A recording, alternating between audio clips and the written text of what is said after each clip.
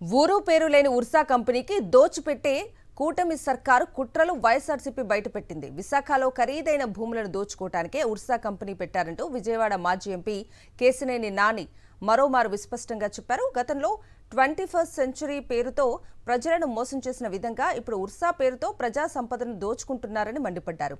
ఈ మేరకు ఎక్స్ వేదికగా ఆయన సాక్ష్యాధారాలతో విరుచుకుపడ్డారు. తనపై చేసిన ఆరోపణలకు కేశినేని నాని తక్షణం క్షమాపణ చెప్పాలని, లేకపోతే పరువు నష్టం దావా వేస్తానంటూ ఇటీవల సతీష్ అబ్బూరి ఒక వీడియో విడుదల చేశారు. అందులో 21st సెంచరీతో తనకు గాని తన భార్యకు గాని ఎటువంటి సంబంధం లేదని చెప్పారు. దీనిపై కేశినేని నాని స్పందిస్తూ మరిన్ని ఆధారాలు పోస్ట్ చేశారు. దీనికి సతీష్ అబ్బూరి ఏం సమాధానం చెప్తాడని నిలదీశారు.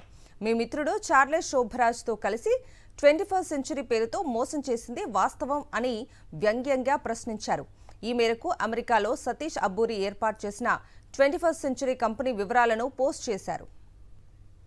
2006 జూలై 9న సతీష్ అబ్బూరి అమెరికాలోని కాలిఫోర్నియా కేంద్రంగా 21st century investments and properties LLC పేరుతో లిమిటెడ్ లయబిలిటీ కంపెనీ ఏర్పాటైన విషయాన్ని ఆధారాలతో సమర్పించారు.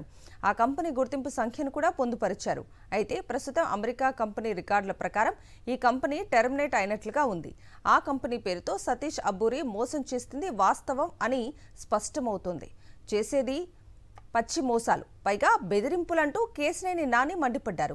ఇదిగో సాక్ష్యాలు చూపిస్తున్నా, దీనికి ఏం సమాధానం చెబుతారు అని నిలదీశారు. ప్రజా సంపదను దోచుకోవటానికే ఉర్సా క్లస్టర్ను ఏర్పాటు చేశారంటూ ముఖ్యమంత్రి చంద్రబాబు నాయుడుకి ట్యాగ్ చేస్తూ కేశినేని నాని ఎక్స్లో పోస్ట్ చేశారు. అంతకుముందు కేశినేని చిన్ని 100 కోట్లు పరువు నష్టం దావా పేరుతో పంపిన లీగల్ నోటీసుపై ఘాటుగా స్పందించారు. 100 కాదు, 1,00,000 కోట్లకు దావా వేసుకోండి, ఈ విషయంలో తగ్గేదే లేదు అని నాని స్పష్టం చేశారు.